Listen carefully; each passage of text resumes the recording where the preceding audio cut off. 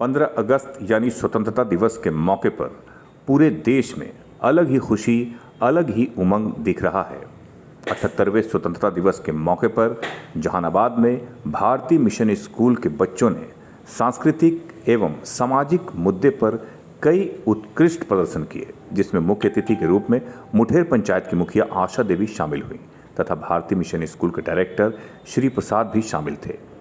कक्षा 7वीं की सुप्रिया ने नारी सशक्तिकरण के बारे में बताया।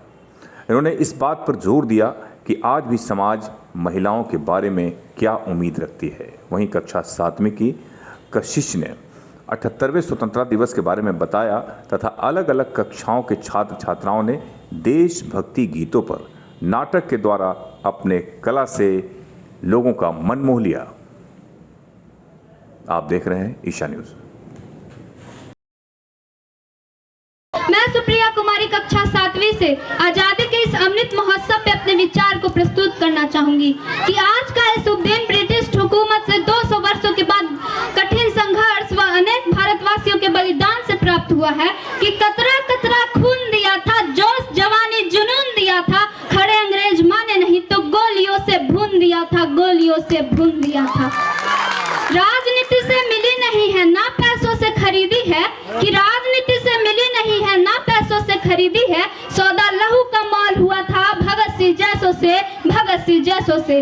माओ ने गोली खाई थी बेटे लटके फंदों पे, माओ ने गोली खाई थी बेटे लटके फंदों पे, आजादी की डोली उठी है इन कुर्बानी के कंधों पे, इन कुर्बानी के कंधों पे। कहने को तो आजादी केवल एक शब्द है साहब, लेकिन इसकी भव्यता को किसी शब्दों में बांधा नहीं जा सकता। आजादी का असली अर्थ विकास के पथ पर आगे बढ़ते हुए अपने देश को वो दिशा दिखाना जिससे इस देश की महानता की खुशबू चारों ओर फैले, जिससे इस देश की महानता की खुशबू चारों ओर फैले।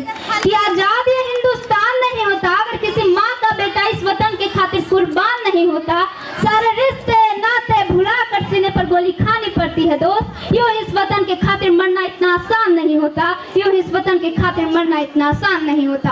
उन वीर शहीदों को मेरा सत सत नमन है। उनके माताओं के प्रति मैं चंद पंक्तियां बोलना चाहूंगी कि मौत की मंडियों में बढ़ बढ़ के बोलियां दी है, कि मौत की मंडियों में बढ़ बढ़ के बोलियां दी है। अरे मांगे है वतन ने जब भी कुर्बानी, माओ ने भर भर के झोलियां दी है, माओ ने भर भर की झोलियां दी है।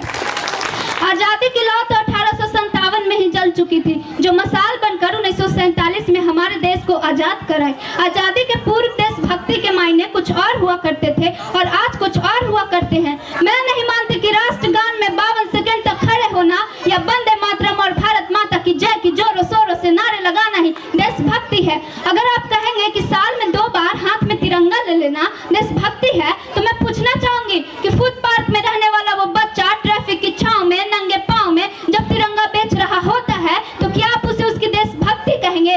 नहीं, ये उसकी देशभक्ति नहीं, बल्कि ये उसकी पेट की भूख की शक्ति है। क्योंकि न मंदिर को जानते हैं, न शिवालों को जानते हैं, न मंदिर के जानते हैं, न शिवालों को जानते हैं। जो पेट के भूखे होते हैं ना जनाब, वो केवल भोजन के निवालों को जानते हैं, वो केवल भोजन के निवालों को जानते हैं। क्या हमारा राष्ट्रवाद इतना शकीन है जो क्रिकेट के मैदान से लेकर सिनेमा घर में बजने वाले एक राष्ट्रगान तक सीमित है? नहीं, जो राष्ट्रवाद से ऊपर उठकर भाव मन में आता है वो है देशभक्ति। अपने देश, अपने राष्ट्र, अपने परिवार के प्रति समर्पण का भाव है देशभक्ति। धर्म और लोकता को पछाड़कर ईमानदारी से किया गया हर एक काम है देशभक्ति। हमारा यह देश पहले ही शहीदों के लहू से सिंचित किया जा चुका है। अब उस सरहद को बहते हुए खून की नहीं, बल्कि एक एक नागरिक के नसों में उबलते हुए खून की आवश्यकता है। उसे आवश्यकता है एक पौध की जो भले ही बलिदान ना दे सके, लेकिन उसका एक एक फल, एक एक फूल देश के चरणों पर अर्पित हो।